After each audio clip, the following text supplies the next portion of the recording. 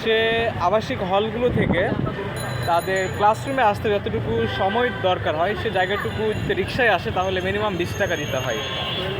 কিন্তু এই যে যে গাড়িটি এখন চালু করেছে, লঞ্চিং করা হয়েছে, সেখানে তারা মাত্র 10 টাকা দিয়ে তারা যাতায়াত করতে পারে।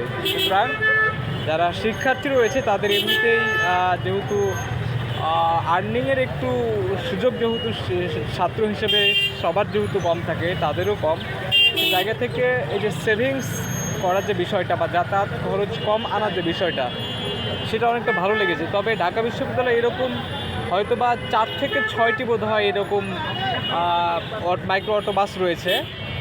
সংখ্যাটা আরও বেশি বাড়ানো গেলে হয়তো বা শিক্ষার্থীদের জন্য আরও বেশি ভালো হতো। কারণ মানুষ আসলে তো এই যানবাহনের জন্য অল্প রাস্তার জন্য এত সময় ধরে ওয়েট করতে পারবে না বা করতেও চাবে না। তখন করে কি রিক্সায় চলে যেতে হয়, তা রিক্সায় গেলে তার থেকে বেশি ভাড়া দিতে হয়। তো যাতায়াত শিক্ষার্থীদের যাতায়াত কষ্ট যদি একেবারে কমানোর সদিচ্ছা থেকে থাকে, তাহলে আমি মনে করি ব্যক্তিগতভাবে যে ঢাকা বিশ্ববিদ্যালয়ের উচিত এইরকম প্রাইভেট সেক্টরকে সে জায়গাগুলো এনকারেজ করে শিক্ষার্থীদের যাতায়াত কস্টিংটা যেমন কমবে, অন্যদিকে বিশ্ববিদ্যালয়ে অবাঞ্ছিত যে যানবাহনগুলো রয়েছে আমার মনে হয় সেগুলো দৌরাত্মেও কিছুটা হলেও কমবে।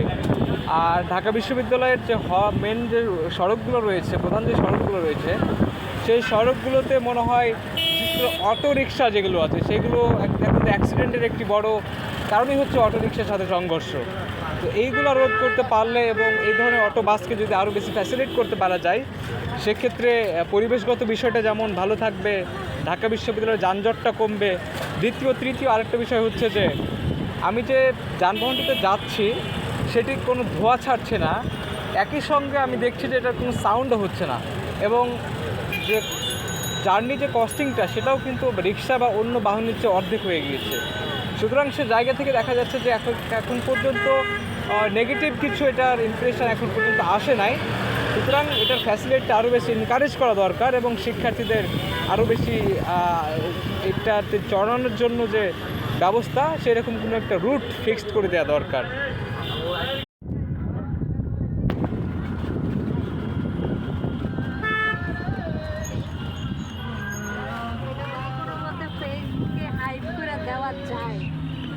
ট্রেন্ড করা যায়, তাইলেই মনে করো মারামারি শুরু হয়ে যাবে। লাভ নেই কোনো, কিন্তু মারামারি হবে।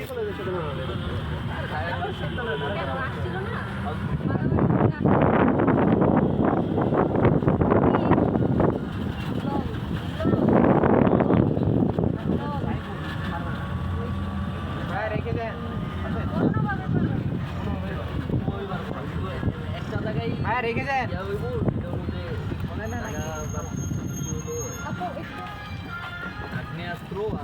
আপনার যে নামলেন, আপনাদের ভাড়া কত টাকা হবে? ভাড়া বলে যে তেল এগুলো রেকর্ড করতেছে। মানে তোমার হাতে হচ্ছে গিয়ে লাঠি, বুঝছো না?